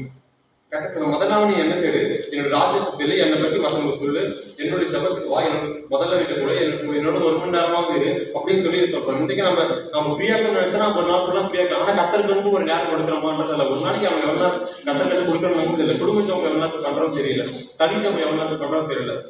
இந்த மாதிரி சபையில இருந்து கூட்டம் வச்சா எவ்வளவு வர முடியல, சில வர முடியல. ஏதாச்சும் ஒரு சாக்கு போக்கு சொல்றோம். வாயிட்டு எல்லாரும் சாக்கு போக்கு சொல்லக்கூடாது. கத்தர் பாக்குற ஒவ்வொரு நேரத்தில் அவர் நியாயம் அவருக்காக நான் மத்தம் எப்படி இருக்காங்க நாம அவர்கிட்ட ஒப்பு கொடுக்கணும். அப்ப அந்த எதுக்காகவும் கவலைப்படக்கூடாது. எண்ணத்தை உண்போம் எண்ணத்தை குடிப்போம் என்று கவலைப்படாதீர்கள், எல்லாத்தையும் நான் பார்த்துக் கொள்வேன் அப்படின்னு கத்தர் சொல்றார். அவர் பார்த்துக் கொள்ளுகிற தேவனாக இருக்கிறார். இன்றைக்கு உங்களுடைய வாழ்க்கையை நீ கத்தருக்கு ஒப்பு கொடுக்கும் பொழுது கத்தருடைய வாழ்க்கையை யோசேப்பு போல ஆசீர்வதிப்பார். அவர் ராஜ்யத்தை தேடுகிறவர்கள் ஒரு நன்மையும் குறையப்படாது. அவர் தேடுகிற இறுதியும் ஒவ்வொரு நாளும் சந்தோஷப்படணும். அவரை தேடி பாருங்க, உங்களுடைய இறுதி எப்பவுமே சந்தோஷமாவே இருக்கும். அவரை தேடும் பொழுது உங்களுடைய இறுதியம் எப்பவுமே சந்தோஷமா இருக்கும். இப்ப அவர் தேடும் பொழுது உங்களுடைய இருதயம் ரொம்ப சந்தோஷமா இருக்கும். ஏன்னா கர்த்தர் உங்களோடு இருக்கிறார். அவர் இருதயங்களில் வாசம் பண்ணுகிற தேவன். ஆவியானவர் தாமே உங்களுடைய இருதயத்தில் வாசம் பண்ணுகிற தேவன். நீங்க முதல்ல ஆவிக்குரிய வாழ்க்கையில் முதல் 3 இருக்குது. கிறிஸ்துவ வாழ்க்கையில் முக்கியமா இருக்கணும். ஒரு ரட்சிக்கப்பட்ட அனுபவம் இருக்கணும். நம்மளுடைய பாவங்களை அறிக்கையிட்டு அவரை உள்ளத்தில் ஏற்றுக்கொண்டு ரட்சிக்கப்பட்ட அனுபவம் முதல்ல இருக்கணும். ரட்சிக்கப்பட்ட அனுபவம் இருக்கு. 2வது ஆவியானவர் அனுபவம் இருக்கும். நம்மளோட பரிசுத்த ஆவியானவர் எப்பொழுதும் வாசம் பண்ணுவேன். நம்மளுக்கு வசனம் சொல்லுது, மாம்சமான யாவர் மேலே ஆவியை ஊற்றுவேன் கடைசி காலையில் அப்படின்னு சொல்றாரு. நம்ம எப்பொழுதும் நம்ம மக்கள் பரிசுத்த ஆவியானவர் இருக்கணும். அந்த பரிசுத்த ஆவியானவர் எதுக்குன்னா நம்மளோட எப்பவுமே அவர் அசைவாடிக்கொண்டே இருக்காரு. சில டைம் பாவம் செய்யும் பொழுது பாவத்துக்கு விலகி ஓடுன்ற ஒரு ஏவுதலை கொடுப்பாரு. அந்த நேரத்தில் பாவம் செய்யாதபடி பாதுகாத்து கொள்வார். பரிசுத்த ஆவியின் கொடுத்து வரும் பொழுது நீங்க வெள்ளம் எடுத்து எனக்கு சாட்சியா இருப்பீங்கன்னு சொல்லியிருக்கிறார். சாட்சியா வாழுங்க, சாட்சியா இருப்பீங்கன்னு சொல்றாரு. இன்னைக்கு ரட்சிக்கப்பட்ட ஆனா பரிசுத்த ஆவியை கற்றுக்கொண்டோமா என்ன சிலருக்கு தெரியல. அந்த பரிசுத்தாவின் தாகம் நமக்குள்ள இருக்கணும். அந்த ஆவியானவர் எனக்கு தாங்க. நம்ம உலகத்துல சில டைம் போராட்டம் வருது, சில டைம் கவலை வருது, துக்கம் வருது. ஆனா பரிசுத்தமா வாழணும்னு நினைக்கிறேன், பரிசுத்தமா வாழ முடியல. இந்த காரியத்துல இருந்து நான் வெளியே வரணும்னு பாக்குறேன், வெளியே வர முடியல. இந்த காரியத்தை செய்யக்கூடாதுன்னு பாக்குறேன், செய்ய முடியல.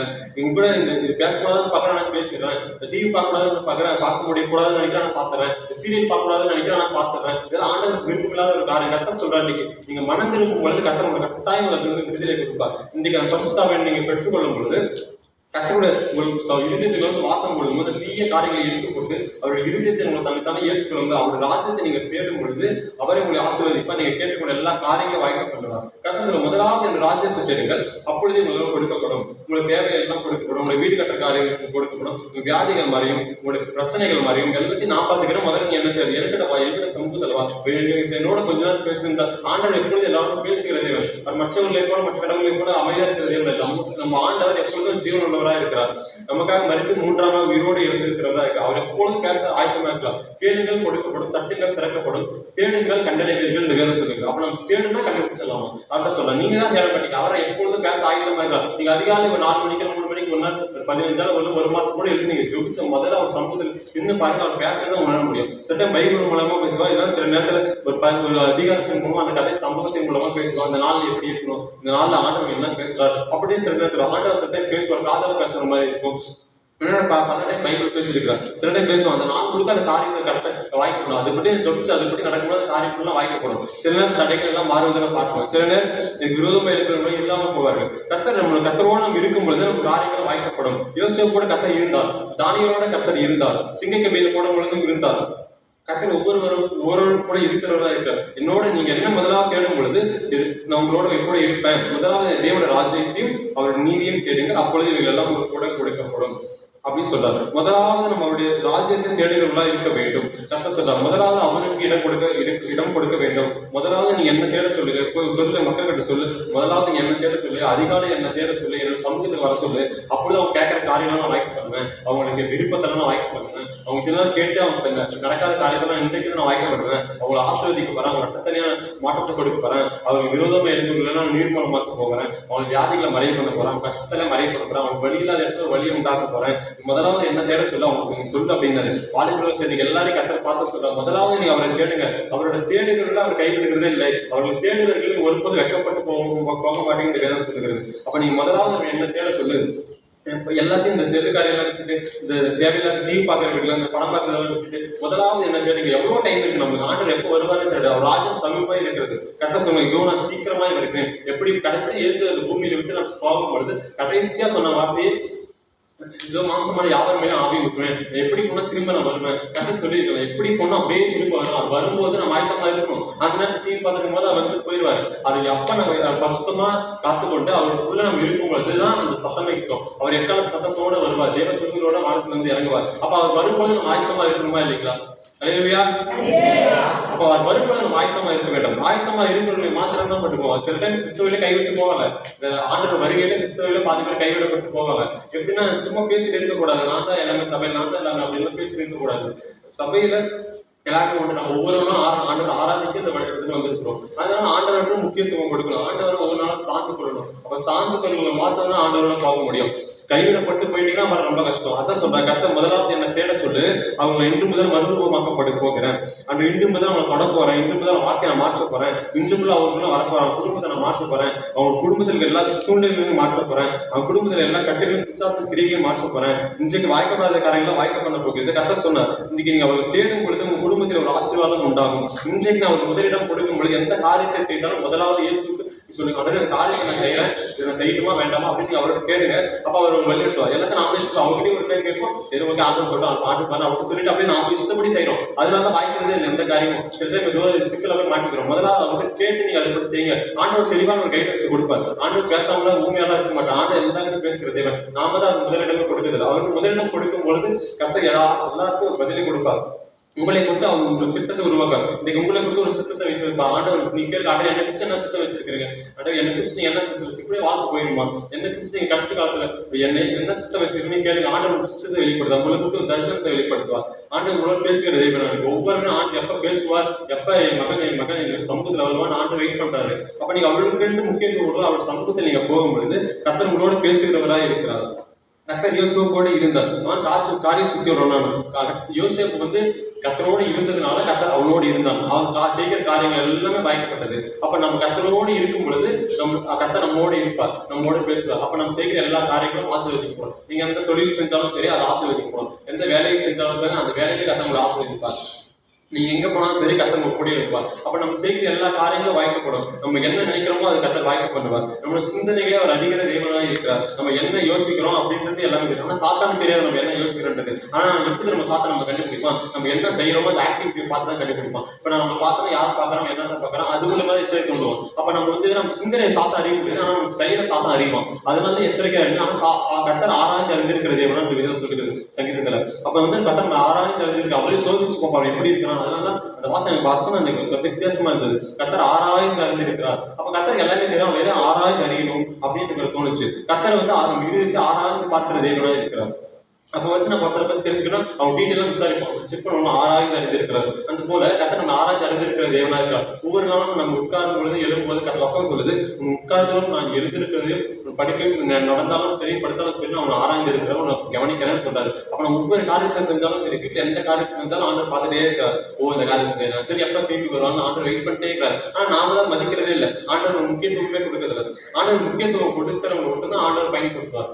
ஆண்டவருக்கு முக்கியத்துவம் அவருடைய சமூகத்தை போறவங்க ஆண்டவர் பயன்படுத்துவார். இன்றைக்கு நம்ம ஒப்பு கொடுக்கணும், ஆண்டவரே உங்க சமூகத்துல நான் வரேன், ஆண்டவரே என்னை ஒப்பு கொடுக்குறேன், ஆண்டவரே எனக்கு என்னை எடுத்து பயன்படுத்துங்க, இனிமேல் ஆண்டவரை தவறு செய்ய மாட்டேன், இனிமேல் நான் பாவத்துக்கு எனக்கு ஒப்பு கொடுக்கணும், யோசேப்பு போல உண்மையா இருப்பேன், யோபு போல உங்க கூட இருப்பேன். அப்பதான் நீங்க என்ன ஆசீர்வதிப்பீங்க.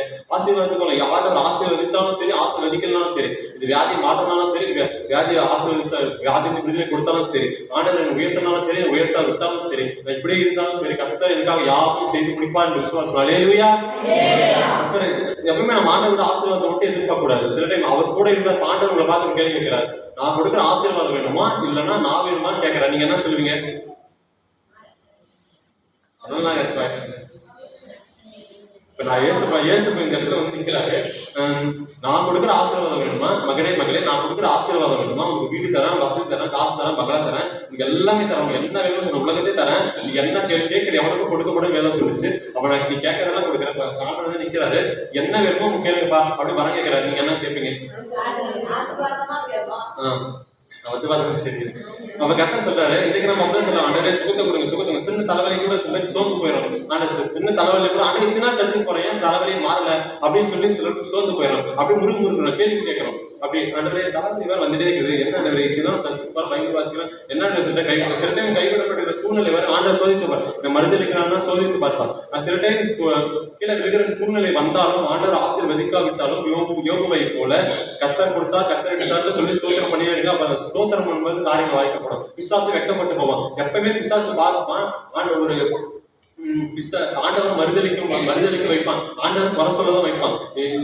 என்ன தள்ளிட்டு தானே நீ மனுஷனை உண்டாக்குறேன், உங்க இடத்த உட்கார வைக்க மனுஷனை உண்டாக்குறேன், இப்ப நான் அவனை வச்சே நான் தூசிக்க வைக்கிறேன். அப்ப ஆண்டவர் துக்கப்படுவார். என் மகனை துக்கப்படுத்திட்டானே ஆண்டவர் துக்கப்படுவார். அப்ப கத்தர் கொடுத்தாலும் கத்தர் எடுத்தாலும் கத்தர் சோத்திரம் சொல்லலாம். கத்தர் உங்களுக்கு ஒரு வாக்கு ஒவ்வொருவருக்கும் கத்தர் ஒரு சுத்தத்தை வச்சிருப்பாரு. இன்னைக்கு நீங்க இருக்கிறீங்கன்னா உங்களை குறித்து இந்த தேசத்துல இல்ல இந்த ஊர்ல ஏதாச்சும் ஒரு சுத்தத்தை வச்சிருப்பாரு. உங்களை குறித்து கொண்டு ஏதாச்சும் மாற்றத்தை கொண்டு நம்ம சாதாரண நம்ம அர்த்தமா நினைக்கிறோம். ஆனா ஆண்டவர் அர்த்தமா நினைக்கிற ஆண்டவர் இல்லை. இன்றைக்கு நீங்க சமுத்திரம் என்ன கொஞ்சம் உடைய சுத்தம் என்ன பண்ணணும், இப்ப நான் என்ன பண்ணணும், என் வாழ்க்கையில எப்படி செய்யணும், இந்த காரியத்தை செய்யணும், என்னை குறித்து நீங்க என்ன நினைக்கிறீங்க, ஆண்டவர் சமுதிரத்துக்கு ஆண்டவர் ஒவ்வொரு ஸ்டெப்பா சொல்லுவார். முதல்ல ஆண்டவர் நீங்க இடம் கொடுக்கும் பொழுது கத்த காரியங்களை வாய்ப்பு பண்ணுவார். அதுதான் ஆண்டவர் எதிர்பார்க்கிறேன். நம்ம ஆண்டவருக்கு முதலிடம் கொடுக்காதனாலதான் எல்லாமே தலையெல்லாம் மாறுது. அதனால ஆண்டவர் கேளுங்க, ஆண்டவர் நீங்க எனக்கு உங்க ஆசீர்வாதம் நீங்க எனக்கு வேணும்னு சொல்லி ஆண்டவரே உங்க உலகத்துல வந்துட்டா அப்ப ஆசீர்வாதம் வேணா தன்னால வந்துடும். ஆண்டவரே குடும்பத்துக்குள்ள வந்துட்டு அவங்க உள்ள குடும்பத்துல எல்லாம் இருந்து விளைகிறோம். அல்லேலூயா. ஆண்டவர் குடும்பத்துல வரப்போகிறார். நீங்க ஆண்டவருக்கு முதலிடம் கொடுக்கும் பொழுது உங்க குடும்பத்துல எல்லாம் இருந்து விலக போகுது, எல்லா வியாதிகளும் மறைய போகுது, எல்லா கஷ்டங்களும் மறைய போகுது, எல்லா தேவைகளும் அந்த எதிர்பார்ப்பு எல்லாமே சூழ்நிலை தலைகளும் மாற போகிறது. அப்ப ஆண்டவர்கிட்ட நீங்க முதலிடம் கொடுக்கும் பொழுது உங்க குடும்பத்துல கத்த பெரிய காரியங்களை செய்ய சுத்தமா இருக்கிறார். அப்ப அவங்க பிசாசு ஆண்டவர் குடும்பத்துல வந்து பிசாசு வேலையே இல்லை.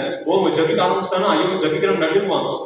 அப்ப நீங்க ஆண்டவரோட தனி ஜபத்துல ஒரு பர்சனல் ஜபம் நம்ம வாழ்க்கையில எப்பவுமே இருக்கணும். ஆண்டவர்கிட்ட தனியா 1 மணி நேரம் நீங்க ஜபிக்கணும். குடும்ப ஜபிக்கலாம், அது குடும்பத்துக்கு ஆசை. தனியா ஜபிக்கணும். நீங்க குடும்ப கூட்டத்துக்கு போலாம், சரி எங்க போலாம், எங்க வேணா போய் ஜோம் பண்ணுங்க. ஆனா ஆண்டவர் தனியா ஆண்டவர் என்ன ஆண்டவரோட நீங்களும் ஒரு ரிலேஷன் வாழ்க்கை ஜீசஸ்ல இருக்கும் பொழுது கத்தவங்க வாழ்க்கையை ஆசீர்வதிப்பார். ஆண்டவரோட நடக்கும் பொழுது கத்தவங்க வாழ்க்கையை ஆசீர்வதிப்பார். அப்ப அந்த வாழ்க்கையை வித்தியாசமா இருக்கணும். ஆண்டவர் 1 மணி நேரம் ஆண்டவரால் ஒதுக்கணும். ஆண்டவர்கிட்ட 1 மணி நேரம் ஒதுக்கி ஆண்டவர் துதிக்கணும். அப்ப கத்தவங்க வாழ்க்கையை ஆசீர்வதிப்பார். இன்றைக்கு நீங்க ஒப்பு ஆண்டவரே ஆண்டு முதலாவது தேவனுடைய ராஜ்யத்தையும் அவருடைய நீதியும் தேடுங்கள், அப்பொழுது இவர்கள் எல்லாம் கூட கொடுக்கப்பட்டும் வேதம் சொல்லுகிறது. இன்றைக்கு நீங்க அவர் தேட தேட உங்களுடைய குடும்பத்துல ஒவ்வொரு சூழ்நிலையும் மாறுவதை கத்தர் பார்ப்பீங்க. கத்தர் சொல்லுகிறார், இன்றைக்கு தேட சொல்லு, நான் எல்லா காரியங்களையும் மாற்ற பண்ண போறேன், தேடுகளை மாத்திரம் கைவிடுகிறது வேலை சொல்லுது. நீங்க யாரெல்லாம் அவர் நோக்கி ஆண்டவரே நான் மன்னிச்சுனா இதுவரை செஞ்ச எல்லாமே தப்பு, இனிமேலுக்கு அதை பார்க்க மாட்டேன், அந்த டிவி பார்க்க மாட்டேன், இந்த சீரியலை பார்க்க மாட்டேன், அதுல இச்சையை தூண்டுகிற காரியங்கள் தான் உங்களுக்கு வரும். கத்த சொல்றாரு முதலாவது பாப்பா ஆண்டவர் துக்கப்படுவாரு. நம்ம எதுவும் விளையாட்டு டைம் பாஸ் தான் சொல்லி பார்க்கணும். ஆனா ஆண்டவர் பார்க்கறாரு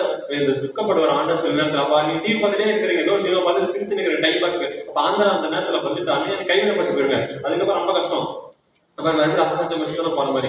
அப்ப கத்த சொன்னார் முதலாவது ஆண்டவர் எப்பொழுதும் ஜபம் பண்ணி விழுந்திருக்க சொல்றாங்க. உலகத்துல எல்லாம் நிறைய காரியம் நடந்து கொண்டு இருக்குது. ஏன்னா வரிக்கை சமாதமா அப்ப பூமி அதிர்ச்சி நடக்குது, கொள்ளைநோய் வருது, அதெல்லாம் வரும் சொல்லிட்டாரு. பூமி அதிர்ச்சி நடக்கும், கொள்ளை நடக்குது, நாட்டு போர் நடக்கும், அதெல்லாம் சொல்லிட்டாரு பைபிள்ல. இப்ப அதெல்லாம் நடந்துட்டு தான் இருக்கு. அப்ப நான் எப்ப வேணா திருடுன போல வருவேன், அப்ப நீங்க ஆயத்தமா இருங்க. அது எல்லாம் நீங்க தப்பிச்சு என்னுடைய வருகையில் நீங்க காணப்படனா ஒரே ஒரு காரியம், எப்பொழுதும் ஜபம் பண்ணி விடுத்திருங்கள் அப்படின்னு வேற சொல்லுங்க. அல்லேலூயா. நீங்க எல்லாம் உங்க வாழ்க்கை மாறணும்னா ஒன்னே ஒண்ணுதான், எப்பொழுதும் ஜபம் பண்ணி விழுத்திருங்கள். வேதவசனம் சொல்ற மாதிரி எப்பொழுதும் ஜபம் பண்ணி விழுத்திருங்கள். நீங்க எப்பொழுதும் ஜபம் பண்ணி விழுத்திருக்கும் பொழுது உங்களுடைய காரியங்கள் வாய்க்கும், உங்களுடைய வாழ்க்கை ஆசீர்வதிக்கப்படும், உங்களுடைய குடும்பத்தில் ஒரு சூழ்நிலைகள் மாறும், ஆண்டோட வருகையில் நீங்க காணப்படலாம். ஆண்டவரோடு எப்பவுமே ரிலேஷன்ஷிப்ல இருக்கணும். அப்பதான் வருகையில் நம்ம வாழ முடியும். ஆண்டோட கொஞ்சம் தூரமா போயிட்டா கூட உடனே ஆண்டவரே நல்லா தூரமா சமாளிக்குது, என்னுடைய கூட எப்பவுமே இருங்கன்னு சொல்லிட்டு வெளியில போனா கூட ஆண்டவரே கூட இருங்கன்னு சொல்லிட்டு போகணும். அப்பதான் கத்தர் கூட இருப்பார். அப்ப என்ன வருகையில் காணப்படலாம். அதனால முதலாவது ராஜ்யத்துக்கு ஆண்டவர் என்னதான் தேவையான பைபிள் வாசிங்க. இந்த பைபிள் வாசகம் வந்து நம்ம சாதாரண மணிக்கூடாது. ஒவ்வொரு நாளும் கத்த பேசுகிற தேவனா இருக்கிறார். இந்த வருஷத்துல வார்த்தை பல வருஷத்துக்கு முன்னாடி ஆண்டவரோட கேட்ட ஒரு சமயம், ஆண்டவரே இதே சர்ச்சுக்கு வரேன், பல வருஷமா வரேன், எனக்கும் ஒரு சான்ஸ் கொடுங்க, ஆண்டவரே செய்தி கொடுக்கணும் அப்படின்னு நான் பல வருஷமா சின்ன வயசு ஒரு ஸ்கூல் படிக்கும் போது கேட்டேன். ஒரு வாலிபனாய் கேட்டேன், ஆண்டவரே இந்த மாதிரி நானும் இந்த சபையில ஒரு செய்தி கொடுக்கணும், எனக்கு ஒரு வாய்ப்பு கொடுங்க, என்னையும் பயன்படுத்துங்கன்னு பல வருஷம் முன்னாடி பல டைம் கேட்டிருக்கேன். இதே மாதிரி முன்னாடி தான் உட்காந்து கேட்பேன். அப்ப கேட்டு மறந்துட்டேன். அப்புறமா ஒரு டைம் ஐயப்பன் சொல்லி செய்தி கொடுங்க. சரி ஓகே, யார் கொடுக்கலன்னு கேட்டா யாருமே கொடுக்கல. சரி அப்ப ஆண்டு வாய்ப்பு கொடுக்குறது பயன்படுத்த சொல்லி அப்ப கொடுத்தேன். அப்ப எப்பயோ நான் கேட்டேன், ஒரு ஆசைப்பட்டேன், சும்மா ஆண்டவர் எனக்கு ஒரு சான்ஸ் கொடுங்க அப்படின்னு சொல்லி கேட்டேன். என்னையும் பயன்படுத்துங்க, தகுதி இல்லாதவன் என்னையும் தகுதி இல்லாதவனை தகுதிப்படுத்துகிற தேவன், பலம் வீணம் உள்ளவர்களே பலம் உள்ளவர்களை பயன்படுத்துகிற தேவன். ஞானம் உள்ளவர்களை வெட்கப்படுத்த தேவ பைத்தியம் உள்ளவர்களை தெரிந்து கொண்டால் வேதம் சொல்லுகிறது. அதாவது என்ன ஒரு சான்ஸ் கொடுக்குன்னு கேட்டா, அப்ப அன்றைக்கு நான் அப்பமா ஜபிச்ச சாதாரணமா ஜபிச்ச அன்றைக்கு ஜபிச்சது பல வருஷத்துக்கு முன்னாடி ஜபிச்சது ஆண்டவர் இன்றைக்கு தான் வாய்ப்பு பண்ணியிருக்கிறார். ஹல்லேலூயா. அப்ப நம்ம ஏதோ சாதாரணமா ஜெபம் பண்றோம், அது நம்ம அது அற்பமா நினைக்கூடாது. ஆண்டவர் சமூகத்துல ஆண்டவர் ஒவ்வொரு கண்ணீரையும் ஒரு துணித்துல வைத்திருக்கிறார் சொல்றாரு. ஒவ்வொரு ஜபம் நீங்க ஜபிக்க அந்த ஃபுல் பேஸ்ல ஒரு பாட்டு தண்ணி நம்புற மாதிரி கொஞ்சம் கொஞ்சமா நீங்க ஜபிக்கிறதா ஆண்டவர் சேர்த்து வைத்து கொண்டே இருப்பார். அந்த நேரம் கரெக்டா வந்துச்சு அவங்க பயன்படுத்த ஆரம்பிச்சிருவார். அப்ப நீங்க ஜபிச்சு சோதனை நடக்கவே ஜபிச்சா நடக்காது. சட்டம் ஆண்டவர் சோதிச்சு வைப்பார். வெயிட் பண்றாங்க, பொறுமையா இருக்கணும். ஆண்டவர் சமூகத்துக்கு பொறுமையா இருக்கணும். நம்ம படிக்கிற காரியங்களுக்கு பொறுமையா இருக்கணும். வேலை தேவை காரியத்துக்கு பொறுமையா இருக்கணும். ஆண்டவர் முக்கியத்துவம் கொடுக்கணும். அப்ப நம்ம கொஞ்சம் வெயிட் பண்ணணும். ஆண்டவர் சமூகத்துல வெயிட் பண்ணி காத்திருந்து நம்ம ஜபிக்கும் பொழுது அந்த காரியம் கட்ட ஒவ்வொன்றா வாய்ப்பு பண்ணுவார். அப்ப சொன்ன இந்த வருஷத்துக்கு ஆண்டவர் வாக்கு கொடுத்தார், எனக்கு ஒரு வாக்கு கொடுத்தார். எரேமியா ஏசாயா 43:18-19 வாக்கு, முந்தின வேலை நினைக்க வேண்டாம், பூர்வமானவர்களை சிந்திக்க வேண்டாம், இதோ நான் புதிய காரியத்தை செய்கிறேன் அப்படின்னு இந்த 2வது வருஷத்துல வேலை செய்யும்போது அன்றைய கேட்டாங்க. 2வது வருஷத்துல வேலை 3 வருஷத்துல 2வது வருஷம் வந்துட்டேன், நீங்க தான் வாக்கு கொடுங்க, இந்த வாக்கு எனக்கு வருஷம் அப்படின்னு கேட்டேன். இதோ ஒரு பழையத்தெல்லாம் மறந்துடு, ஒரு புதிய காரியம் செய்ய போறான், வனாந்தரத்துல வழியையும் அவாந்தரங்களிலேயே தண்ணீரையும் மோட்சம் பண்ணு அப்படின்னு சொல்லி ஆறுகளையும் மோட்சம் பண்ணுன்னு சொன்னார். அப்ப கட்ட வாக்கு கொடுத்தபடியே வாக்கு ஒவ்வொன்றா நடக்குதை நான் பார்க்க ஆரம்பிச்சேன். அதை வச்சு நான் ஜபிக்க ஆரம்பிச்சேன். சும்மா நான் சொல்லிட்டு போலாம். அப்ப ஜபிக்க கட்ட காரியங்களை வாய்ப்பு பண்ணினார். அது மாதிரி நீங்க வசனத்தை முக்கியத்துவம் படுத்தணும். வசனம் சொல்லுறதை கவனிங்க. வசனம் தான் நமக்கு எல்லாமே ஆண்டவர் சொல்லியிருக்காரு. வசனம் இப்படிதான் நடக்கும். இந்த வசனத்தை நீங்க விசுவாசித்து அது மாதிரி ஜபித்து நீங்க காத்திருக்கும் பொழுது உங்களோட குடும்பங்கள் வாய்க்கப்படும், உங்களுடைய சூழ்நிலைகள் மாறும். அப்ப நீங்க இன்றைக்கு நீங்க ஒப்பு கொடுங்க, கட்ட காரியங்களை வாய்ப்பு பண்ணுவாங்க. கண்களை முடி ஜெபிக்கும், எல்லாம் கண்களையும் மூடி ஜெபம் பண்ணுங்க. அன்பும் இரக்கமுள்ள தகப்பனே, இந்த அருமையான வேலைக்காக ஸ்தோத்திரிக்கிறோம், துதிக்கிறோம், நன்றி செலுத்துகிறோம் ஆண்டவரே. இப்பொழுது கூட ஆண்டவரே உங்களுடைய சமூகத்தில் நாங்கள் வந்திருக்கிறோம் அப்பா. எங்கோ 2 பேர் 3 பேர் கூட ஜபிக்கிறாங்களோ வந்து வாசம் பண்ணவே சொன்னீங்க அப்பா. அதற்காக ஸ்தோத்திரிக்கிறோம், நன்றி செலுத்துகிறோம் ஆண்டவரே. இங்க என்னோட வாலிபர்களும் ஆண்டவரே, வயதானவர்களும் ஆண்டவரே, எல்லாரும் ஒன்றாக இருந்து உங்க சமூகத்தில் வந்துட்டு எங்களை பார்க்கிற தேவனா இருக்கிறப்பா. ஸ்தோத்திரம் ஸ்தோத்திரம். எங்களோட பேசுறதற்காக ஸ்தோத்திரம் ஆண்டவரே. இன்றைக்கு கூட ஆண்டவரே பிள்ளைகள் ஆண்டவரை ஒப்பு கொடுங்க. நீங்க ஆண்டவர் சமூகத்தில் நீங்க ஒப்பு கொடுக்க ஆண்டவர் சூழ்நிலைகள்லாம் மாற்ற போறாரு. ஆண்டவர் நீங்க பார்த்து கொடுங்க. இது கடைசி நேரமா இருக்குது. நீங்க இன்றைக்கு உங்களோட வாழ்க்கை மாறப்போகுது. இன்னைக்கு நீங்க ஒப்பு கொடுக்கும் பொழுது ஆண்டவரே பாவத்தெல்லாம் மன்னிங்க ஆண்டவரே. இன்னைக்கு நான் ஒப்பு கொடுக்குறேன், இன்னைக்கு நான் ஜெபம் பண்றேன், உங்க சமூகத்துல வரேன். தேவையில்லாத காரியத்தெல்லாம் பேச உள்ளது ஆண்டவரே. இன்று முதல் உங்க இந்த வாயை உங்களுக்கு சோத்தரிக்கிற வாயா இருக்கணும், மற்றவங்களையும் பத்தி பேசுற வாயா இருக்கக்கூடாது. இன்றைக்கு நான் இந்த தேவையில்லாத டிவி காரியங்களை பார்க்க கூடாது. இன்றைக்கு உங்களுடைய வேதத்தை நான் வாசிக்க ஆரம்பிக்கிறேன். இன்றைக்குள்ள தேவையில்லாத உங்களுடைய எல்லா கேட்காம எந்த காரியமும் செய்ய மாட்டேன், கேட்டுதான் செய்வேன். இன்னைக்கு உங்க பாவங்களை அறிக்கையிட்டு மனம் திரும்ப கத்த உங்க சமூகத்துல வந்து இப்போ கூட கத்தர் இந்த சபையில வந்திருக்கிற கத்தர் பார்த்து கொண்டே இருக்கிறேன். நீங்க ஜெபிங்க ஆண்டவரே. ஸ்தோத்திரம் பாப்ப நன்றி செலுத்துக்கிறேன். இப்பொழுது கூட ஆண்டவரே ஒரு சிறு கூட்டமாக ஆண்டவரே நோக்கி பார்த்திருக்கிறோம் ஆண்டவரே. பிள்ளைகளை பார்க்கிறாங்க ஆண்டவரே. கேட்கிற சமூகத்தை நோக்கி யாரெல்லாம் ஜெபிக்கிறாங்களோ ஆண்டவரே அவங்க கேட்கிற எல்லா காரியங்களும் வாய்க்க பண்ணுங்க ஆண்டவரே. ஸ்தோத்திரம் ஆண்டவரே. அவங்க கேட்கிற காரியங்கள் எல்லாம் வாய்க்க பண்ணுங்க. அவங்க இருதயத்தில் என்னெல்லாம் நினைத்து ஜெபிக்கிறாங்களோ அவங்க கேட்கிற எல்லா காரியங்களும் வாய்க்க பண்ணுங்க. அவரோட தவறுகளை மன்னிங்க, அவங்களோட பாவங்களை மன்னிங்க. அவர் பாவங்களை எல்லாம் மன்னிச்சு மறைஞ்ச ஆண்டவரே. அவங்க ஒரு விஷயம் சமூகத்துல வந்திருக்கிறாங்க. சிலுவையை பின்பற்ற வந்திருக்கிறாங்க ஆண்டவரே. இதை பின்பற்றுகிறவன் தன்னை தானே வெறுத்து சிலுவையை எடுத்துக்கொண்டே பின்பற்ற கடவென்ற விதம் சொல்லுகிறது போல ஆண்டவரே இப்பொழுது கூட ஆண்டவரே சமூகத்தை நோக்கி வந்திருக்கிறாங்க. யாரெல்லாம் ஜெபிக்கிறாங்க சின்ன பசங்க எல்லாமே ஜெபம் பண்ணுங்க. ஏசப்பா கிட்ட கேளுங்க, ஏசப்பா என்னோட பேசுங்க ஆண்டவரே. இனிமேல் நான் ஜெபம் பண்றேன், அதிகாலையில இருந்து ஜெபம் பண்றேன், என்னோட பேசுங்க ஆண்டவரே. சிறுமையிலே அது என்னிடத்துல வரத்தா தடை பண்ணாத விதம் சொல்லுகிறது போல ஆண்டவரே. நீங்க யாரெல்லாம் சமூகத்தை நோக்கி வராங்களோ உங்களுக்கு தடை பண்ணாத தேவனா இருக்கிறீப்பா ஆண்டவரே. யாரெல்லாம் நோக்கி கூப்பிடுறாங்க ஒவ்வொருவரையும் தொட்டு ரட்சிக்கும்படியாக நான் ஜெபிக்கிறோம் ஆண்டவரே. ஆண்டவரே உங்களுக்கு ஸ்தோத்திரம்ப்பா. இன்னைக்கு ஆண்டவரே யாரெல்லாம் ஜெபிக்கிறாங்களோ அவங்க என்னெல்லாம் கேட்கிறாங்களோ அது இன்று முதல் இந்த நேரம் முதல் ஆண்டவரே குடும்பத்தில் வாய்க்கப்பட முடியாது ஜெபிக்கிறோம். அவங்க தடைகள் எல்லாம் மாற்றம் பண்ண முடியாது ஜெபிக்கிறேன். இன்று முதல் ஆண்டவரே குடும்பத்தில் இருக்கிற வியாதிகளை மறையட்டும். இன்று முதல் குடும்பத்தில் கடன் பிரச்சனைகளை மறையட்டும். இன்று முதல் குடும்பத்தில் பிரச்சனைகள் மறையட்டும். இன்று முதல் சமாதான தடைப்பட்ட கொள்ளாத சாத்தான் நசரேயனாகிய இயேசுவின் நாமத்தில் வெளியேறட்டும் ஆண்டவரே. இன்று முதல் குடும்பத்தில் ஆசீர்வாதம் உண்டோம் ஆண்டவரே. இழந்து போனது எல்லாத்தையும் குடும்பத்தில் கட்டுற கட்டளை இடும்படியாக ஜெபிக்கிறோம். ஆண்டவரே யாரெல்லாம் குடும்பத்தை இழந்தாங்களோ ஆண்டவரே கத்தர் அவங்களுக்கு கட்டாயம் அது மறந்து ஆண்டவரே இன்று முதல் அவங்க தேடுகிறவர்கள் மாறட்டும் ஆண்டவரே. ஆண்டவரே குடும்பத்தில் இழந்தது எல்லாம் கத்த நீ இரட்டத்தையே திருப்பி தருவதற்காக சோத்திரம். அவன் துக்கத்தை நீ சந்தோஷமா மாற்ற போகிறதற்காக சோத்திரம். கட்ட சொல்லுகிறார் இன்னைக்கு உங்க துக்கத்தை நான் சந்தோஷமா மாற்ற போகிறேன் என்று சொல்லுகிறார். ஹல்லேலூயா. கட்ட சொல்லுகிறார் இன்னைக்கு ஜெபம் பண்ணுங்க. கத்த சொல்ல இன்னைக்கு உங்க துக்கத்தை சந்தோஷமா மாற்ற போகிறார். இன்னைக்கு உங்க துக்கத்தை சந்தோஷமா மாற்ற போகிறார். அவரை நம்பி வருகிற யாவரும் கத்த சந்தோஷமா மாற்ற போகிறார். இன்னைக்கு ஏதோ இந்த துக்கத்தை குறித்து நீங்க இருக்கிறீங்க, ஏதோ வேலையிலேயே வருமானம் இல்லையே, ஒரு ஆசீர்வாதம் இல்லையே, வியாதி மறையிலே, தலைவலி மறையிலே, இந்த கடன் பிரச்சனை மறையிலேயே, இந்த சூழ்நிலை மறையிலே, எல்லாத்தையும் இழந்து போயிட்டேன், இனிமேல் இந்த வார்த்தைக்கு என்ன இருக்குன்னு சில பேர் வந்திருக்கிறீங்க. ஆண்டவர் கத்த சொல்லுகிறா, இன்றைக்கு நான் கூட இருப்பேன், துக்கம் சந்தோஷமா மாறும் என்று சொல்லுகிறார். அமே இந்த துக்கத்தை சந்தோஷமா மாற்ற போகிறார். நீ ஏதோ ஒரு துக்கத்தோடு யாரோ ஒருத்தன் வந்திருக்கிறீங்க, கத்த உங்களை பார்த்தா தெளிவா சொல்றேன் ஆவியில, கத்த இந்த துக்கத்தை சந்தோஷமா மாற்ற போறேன், இன்று முதல் எனக்கு தேட சொல்லு, அவன் துக்கத்தை சந்தோஷமா மாற்றுவேன் என்று சொல்லுகிறார். நீங்க தேடுகிற யாவரையும் வெறுமையாய் போவதே என்று வேதம் சொல்லுகிறது போல இன்னைக்கு அவர் தேடுகிற யாவரையும் கத்த கைவிட மாட்டார். இன்னைக்கு சொல்லுங்க, ஆண்டவரே உண்மை தேடுகிறான், இனிமேல் இன்று முதல் ஆண்டவரே சமூகத்தில் வந்துருக்கேன், இனிமேல் உண்மை தேடாதான் ஆண்டவரே, தவறு எல்லாத்தையும் எழுந்து போயிட்டேன் ஆண்டவரே, இன்னைக்கு அவர்களுக்கு முக்கியத்துவம் கொடுங்க. இன்னைக்கு கத்தவங்களை ஆசீர்வதிப்பா. இன்று முதல் குடும்பத்தில் ஒவ்வொரு சூழ்நிலைகள் மாறப்போவதற்காக ஸ்தோத்திரம் ஆண்டவரே.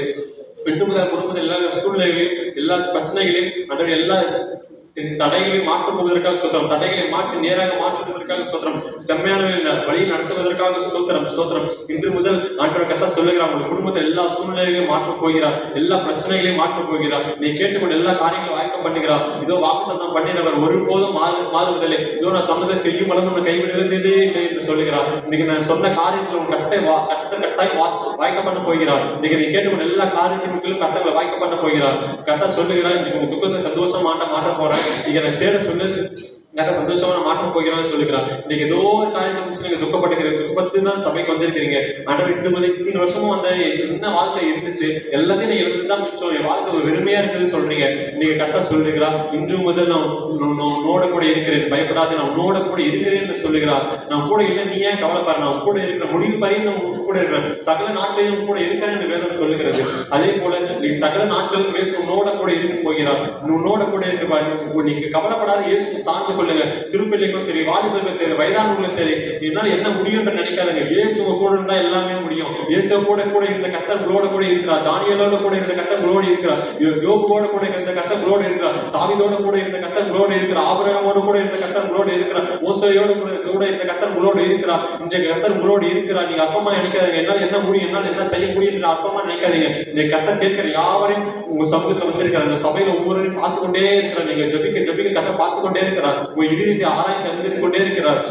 நீங்க முழுமையா ஒப்பு கொடுக்கிற யாவரையும் இன்று முதல் ஆண்டவர் மனம் கசந்து ஆண்டவர் ஒப்பு கொடுக்கிற யாவரையும் கரெக்டா சொல்லுகிறார். இன்று முதல் மாற்றத்தை நீங்க காண போறீங்க. இன்று முதல் நான் சகலத்தையும் புதிதாக்குகிறேன் என்று சொல்லுகிறார். இன்று முதல் சகலத்தையும் புதிதாக்குகிறேன் என்று சொல்லுகிறார். நீங்க அற்பமா நினைக்காத, உங்க அற்பமா நினைக்காத, ஜெபம் பண்ணுங்க. இதோ நான் சகலத்தையும் புதிதாக மாற்ற போறேன், விசுவாசி என்ன நம்பு, நான் சகலத்தையும் மாற்றப் போகிறேன் என்று சொல்லுகிறார். இதோ நான் சகலத்தையும் மாற்றுகிறவங்களோட கூட இருக்கிறார். இன்று முதல் வாழ்க்கையில உள்ள குடும்பங்களிலும் உள்ள தேவைகள் எல்லாமே சகலமும் புதியதான் மாறப்போகிறது. இன்று முதல் நீங்க வீடு திரும்பி போகும் பொழுது நீ ஆண்டவரை சார்ந்து கொள்ளுங்க. இன்றைய முதல் நீங்க ஒவ்வொரு காரியத்திலையும் ஒரு மாற்றம் வருவதை நீங்க பார்ப்பீங்க. சகலத்தையும் புதிதாக மாறப்படுகிறதே உங்களோட கூட இருக்கிறார். இன்று முதல் உங்களுடைய வியாபாரத்திலும் சரி, உங்களோட தொழிலையும் சரி, உங்களுடைய வீடுகளிலும் சரி, உங்களுடைய சமாதானத்திலும் சரி, உங்க குடும்பத்திலும் சரி, நீங்க செய்கிற காரியத்தில் எல்லாமே புதிய மாற்றத்தை கர்த்தர் உண்டாக்க போகிறார். இன்று முதல் புதிய மாற்றத்தை உண்டாக்க போகிறார். இதோ புது பலனை தருகிறார், ஒரு புது ஆசீர்வாதம் தருகிறார். கர்த்தர் உங்களோட கூட இருக்கிறார்.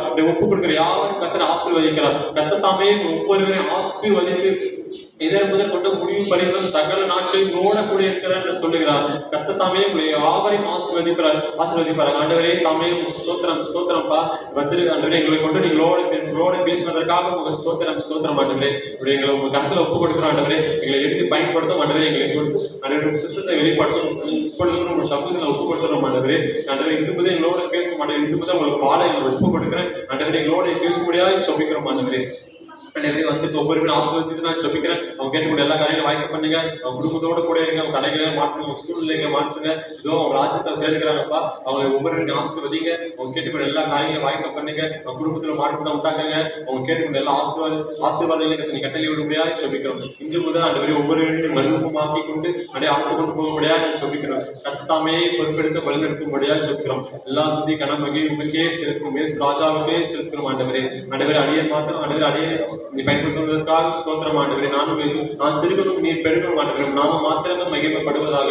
எல்லா துதி கனமகி உங்களுக்கே செலுத்துகிறோம். இப்ப இயேசுவின் நாமத்தில் ஜெபிக்கிறோம் பிதாவே.